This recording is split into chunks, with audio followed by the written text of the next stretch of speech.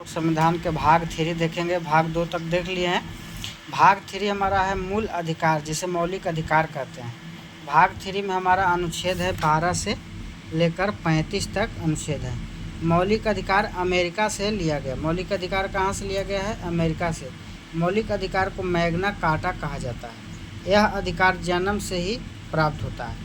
मूल अधिकार राज्य के लिए नकारात्मक होता है और मूल अधिकार नागरिक या व्यक्ति के लिए सकारात्मक होता है। मूल अधिकार को राष्ट्रपति आपातकाल के दौरान निलंबित कर सकता है। अब आते हैं मूल अधिकार में संशोधन। मूल अधिकार में संशोधन कौन करता है? तो संसद करता है। मूल अधिकार को समाप्त कोई नहीं कर सकता है। मूल अधिकार के रक्षक सर्वोच्च न्यायालय होता है अनुच्छेद 32 के तहत, और उच्च न्यायालय जो होता है अनुच्छेद 226 के तहत मूल अधिकार का रक्षक होता है। मौलिक अधिकार न्यायालय द्वारा संरक्षित होता है। अब आगे देखेंगे मौलिक अधिकार का इतिहास। मूल अधिकार के सर्वप्रथम मांग किसने किया? बहुत ही इम्पोर्टेंट क्वेश्चन। तो मूल अधिकार के सर्वप्रथम जो मांग किए थे बाल गंगाधर तिलक ने किए थे। प्रस्ताव जो रखा था स्वराज विधेयक 1895 में, और 1931 ईस्वी कराची अधिवेशन जिसके अध्यक्ष थे सरदार वल्लभ भाई पटेल ने कांग्रेस में घोषणा पत्र में मूल अधिकार की मांग की।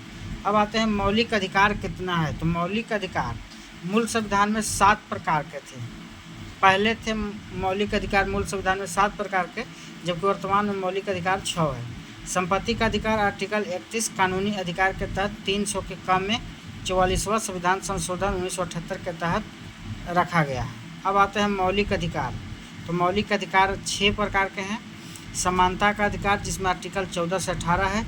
स्वतंत्रता का अधिकार आर्टिकल 19 से 22, और शोषण के विरुद्ध अधिकार आर्टिकल 23 से 24, और धार्मिक स्वतंत्रता का अधिकार 25 से 28 है, और शिक्षा एवं संस्कृति का अधिकार आर्टिकल 29 से 30, और संवैधानिक उपचारों का अधिकार आर्टिकल 32 है।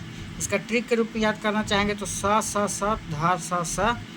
समानता का अधिकार, स्वतंत्रता का अधिकार, शोषण के विरुद्ध, धार्मिक स्वतंत्रता और शिक्षा, और से संवैधानिक उपचार। और एक और ट्रिक इसका देखेंगे, समस्त शुद्ध शिक्षा के उपचार के लिए है। इस तरीक़ा से अब आगे देखेंगे। अब आते हैं मूल अनुच्छेद 12 क्या कहता है। तो अनुच्छेद जो 12 मूल अधिकार की परिभाषा अनुच्छेद 12 बताता है। अनुच्छेद 13 यदि हमारे मूल अधिकार को किसी दूसरे मूल अधिकार पर प्रभावित करे तो हमारा मूल अधिकार पर रोक लगाया जा सकता है। यह अनुच्छेद कौन बताता है? 13। ऐसा कोई भी कानून जो मौलिक अधिकार को कम करे उसे शून्य घोषित कर दिया जाएगा सुप्रीम कोर्ट के द्वारा। अब समता या समानता का अधिकार आर्टिकल 14 से 18 है। आर्टिकल 14 क्या कहता है? अनुच्छेद 14 कानून के समक्ष समानता ब्रिटेन से लिया गया है। कानून के समक्ष समानता, कानून के समान संरक्षण अमेरिका से लिया गया है। देखिए यहाँ पे क्वेश्चन है, कानून के समक्ष समानता ब्रिटेन से और कानून के समान संरक्षण अमेरिका से। समानता की बात करेगा तो ब्रिटेन से, और संरक्षण की बात करेगा तो अमेरिका से।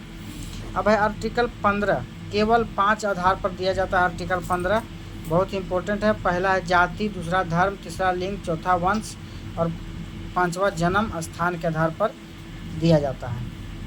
महिला, बच्चा, बूढ़ा, दिव्यांग, पिछड़े वर्ग के उत्थान के लिए विशेष प्रावधान है। अनुच्छेद 16 क्या कहता है? लोक नियोजन, सरकारी नौकरी में समानता केवल 7 आधार पर। सरकारी नौकरी में समानता केवल 7 आधार पर दिया गया है। जाति पहला, दूसरा धर्म, तीसरा लिंग, चौथा वंश, 5वां जन्म स्थल, और 6ठा उद्भव, 7वां निवास। पिछड़ा वर्ग के लिए आरक्षण की चर्चा किया गया अनुच्छेद 16 में। तो क्वेश्चन पूछेगा कि ओबीसी की आरक्षण की चर्चा किस अनुच्छेद में है? तो अनुच्छेद 16। अब आते हैं अनुच्छेद 17 क्या कहता है? तो अस्पृश्यता का अंत, छुआछूत का अंत। अस्पृश्यता अधिनियम 1955 के द्वारा लाया गया था अनुच्छेद 17 से। अनुच्छेद 18 क्या कहता है? उपाधियों का अंत, किंतु शिक्षा तथा सेना के क्षेत्र में प्राप्त उपाधि आप रख सकते हैं। अगर शिक्षा या सेना में प्राप्त उपाधि मिला है तो उसको आप रख सकते हैं, बाकी की उपाधि आप रख नहीं सकते हैं। विदेशी उपाधि रखने के पूर्व राष्ट्रपति से अनुमति लेनी पड़ती है, लेकिन भारत रत्न अपने नाम के आगे नहीं लगा सकते हैं। स्वतंत्रता का अधिकार अनुच्छेद 19 से 22 है। बहुत ही इंपॉर्टेंट है अनुच्छेद। मूल संविधान में 7 प्रकार के स्वतंत्रता का उल्लेख था, परंतु वर्तमान में अब है 6 प्रकार के। संपत्ति का अधिकार अनुच्छेद 19 के 44वां संविधान संशोधन के द्वारा हटा दिया गया। अब आते हैं अनुच्छेद 19 के 1 में क्या है? तो 19 के 1 में है, ए में है, विचार एवं अभिव्यक्ति की स्वतंत्रता, यानी बोलने की आज़ादी है। अनुच्छेद बी में है सभा एवं सम्मेलन, सभा कर सकते हैं आप। अनुच्छेद 19 के सी में संगठन बना सकते हैं। अनुच्छेद 19 के डी में भारत के अंदर भ्रमण कर सकते हैं। और 19 के ई में है देश के किसी भी कोना में बस सकते हैं। और एफ तो हटा दिया गया संपत्ति का अधिकार। और अनुच्छेद 19 के जी है व्यापार एवं जीविका चलाने के लिए स्वतंत्रता। इसको याद करने के लिए बहुत आसानी से करेंगे। अनुच्छेद ए में बोल सकते हैं, जब बोलेंगे तो क्या होगा, बोलेंगे तो भीड़ लगेगा, भीड़ लगेगा तो बहुत सारे लोग आएंगे, तो 19 के बी में क्या हो जाएगा, सभा या सम्मेलन बना लेंगे। और सभा या सम्मेलन बनेगा तो उसके बाद हम 19 के सी में क्या करेंगे, सम्मेलन के बाद एक संगठन बनाएंगे। और जब संगठन बना लिए तो उसके बाद क्या होगा, संगठन बना के पूरे भारत में हम घूमेंगे। तो 19 के डी में भारत के अंदर भ्रमण है। और ई में है जब संगठन बनाएंगे तो देश के किसी भी कोना में भी हम स्वतंत्र हैं घूमने के लिए। और 19 के एफ तो हटा दिया गया संपत्ति का। और जी में सी में है संगठन बनाने के। पहला ए है बोलेंगे, 19 के ए में जब बोलेंगे तो भीड़ लगेगा। अब जब भीड़ लगेगा तो 19 के बी में सभा या सम्मेलन बनाएंगे। और जब सभा सम्मेलन बनाएंगे तो उसके बाद हम संगठन बनाएंगे। और जब सी के बाद डी में संगठन बना लिए तो क्या करेंगे, डी में भारत के अंदर भ्रमण करेंगे। और जब भ्रमण करेंगे तो देश के किसी भी कोना में भ्रमण करेंगे। ये अनुच्छेद ई में है। अब आते हैं अनुच्छेद 20। अपराधों के लिए दोष सिद्धि के संबंध में 3 प्रकार की स्वतंत्रता दी गई है। देखिए बहुत ही अच्छा है ये भी क्वेश्चन। अनुच्छेद 20 इंपॉर्टेंट पॉइंट है। अनुच्छेद 20 एक गलती की एक सज़ा। अनुच्छेद 20 कहता है कि एक गलती का केवल एक सज़ा होना चाहिए। सज़ा उस समय कानून के आधार पर दी जाएगी, न कि पहले या बाद के कानून के आधार पर। जिस समय गलती करेगा कोई आरोपी उसी समय सज़ा दिया जाएगा, उसके पहले वाले कानून या बाद वाले कानून के आधार पर नहीं। दोषी को स्वयं के खिलाफ गवाही देने के लिए बाध्य नहीं किया जाएगा। अनुच्छेद 21 कहता है प्राण एवं दैहिक स्वतंत्रता का संरक्षण।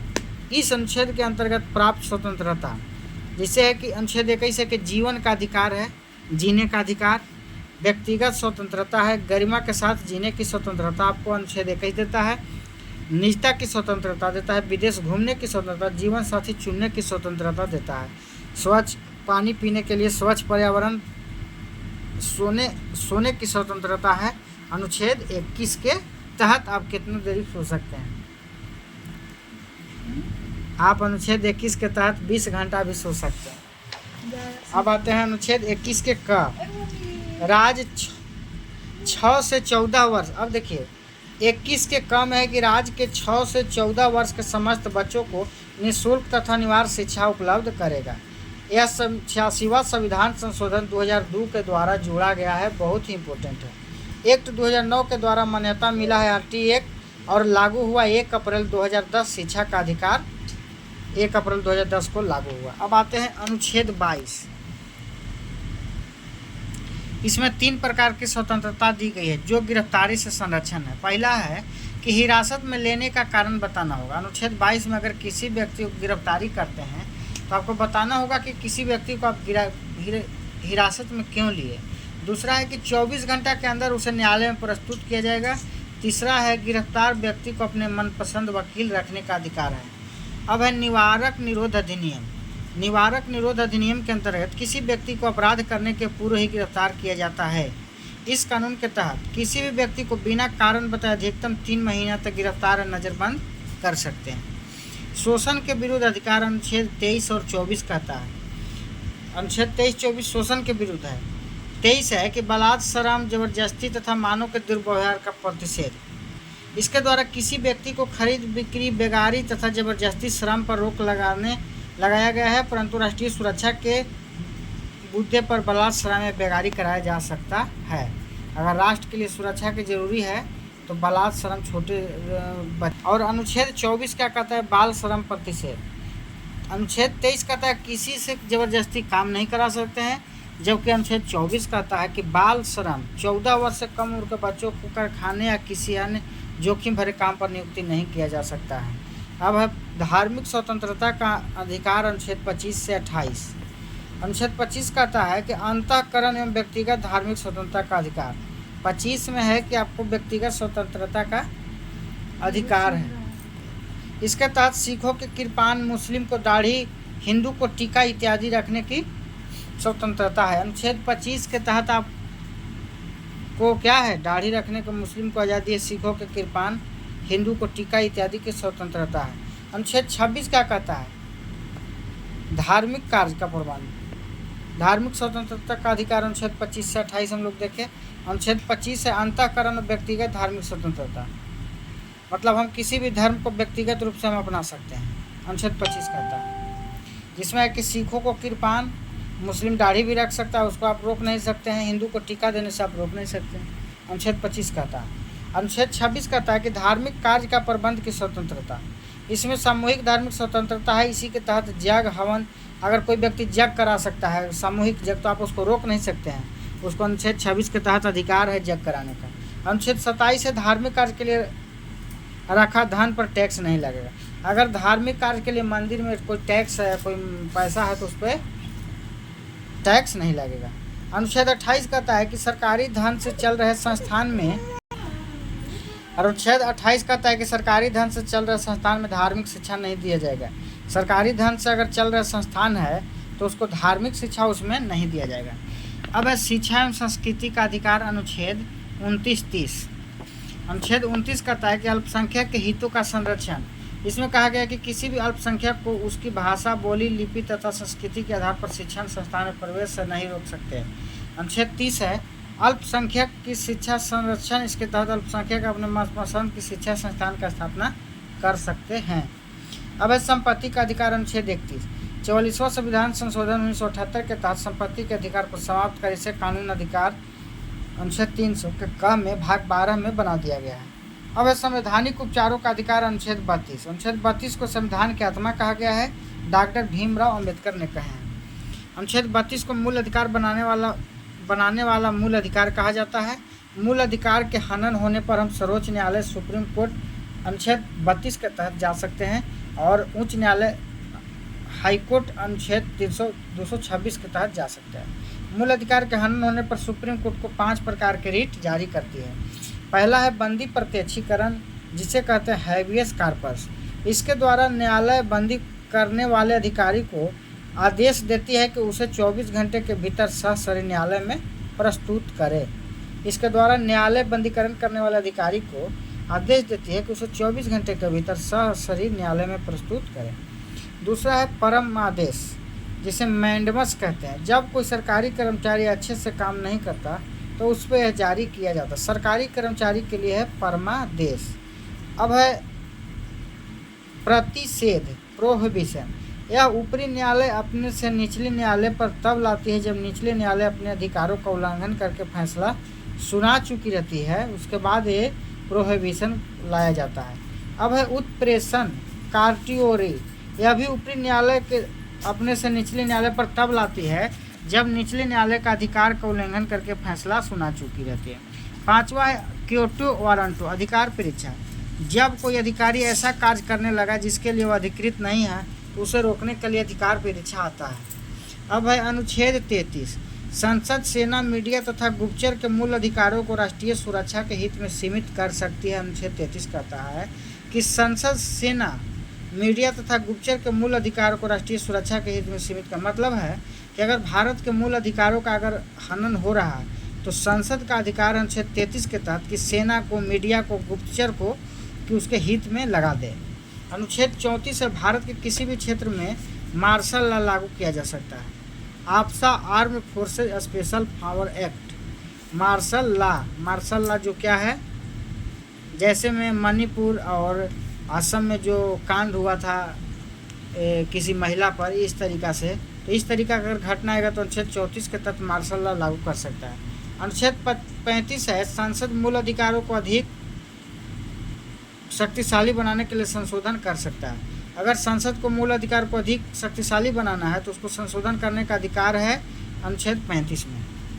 अब नोट में इम्पोर्टेंट में हम देखेंगे कि अनुच्छेद 15, 16, 19, 29, 30, 15, 16, 19, 29, 30 केवल भारतीय नागरिकों को प्राप्त है। अनुच्छेद 15, 16, 19, 29, 30। अब है अनुच्छेद 14, 20, 21 के ए, 23, 24, 25, 26, 27, 28 भारतीय तथा विदेशी दोनों के लिए प्राप्त। राष्ट्रीय आपात के समय आर्टिकल 19 अपने आप आर्टिकल 358 के तहत समाप्त हो जाएगा। आर्टिकल 20, 21 किसी भी परिस्थिति में समाप्त नहीं। तो बहुत इंपॉर्टेंट क्वेश्चन है कि अगर राष्ट्रीय आपात, कोई भी आपातकाल देश में लगेगा तो अनुच्छेद 20 और 21 समाप्त नहीं होगा। क्यों नहीं समाप्त होगा कि अनुच्छेद 21 जो है जीने की आज़ादी है, तो जीने की आज़ादी नहीं बंद हो सकती है। और अनुच्छेद 20 क्या कहता है? अनुच्छेद 20 जो है अपराध के लिए, इसमें 3 प्रकार अपराधों के लिए दोष सिद्धि की संबंध। आर्टिकल 19 को छोड़कर अन्य मौलिक अधिकार को राष्ट्रीय आपातकाल के समय निलंबित करवाने के लिए आर्टिकल 359 के तहत राष्ट्रपति का स्वीकृत आवश्यक होता है। तो आज के लिए इतना ही, हम भाग 3 हमारा समाप्त होता है।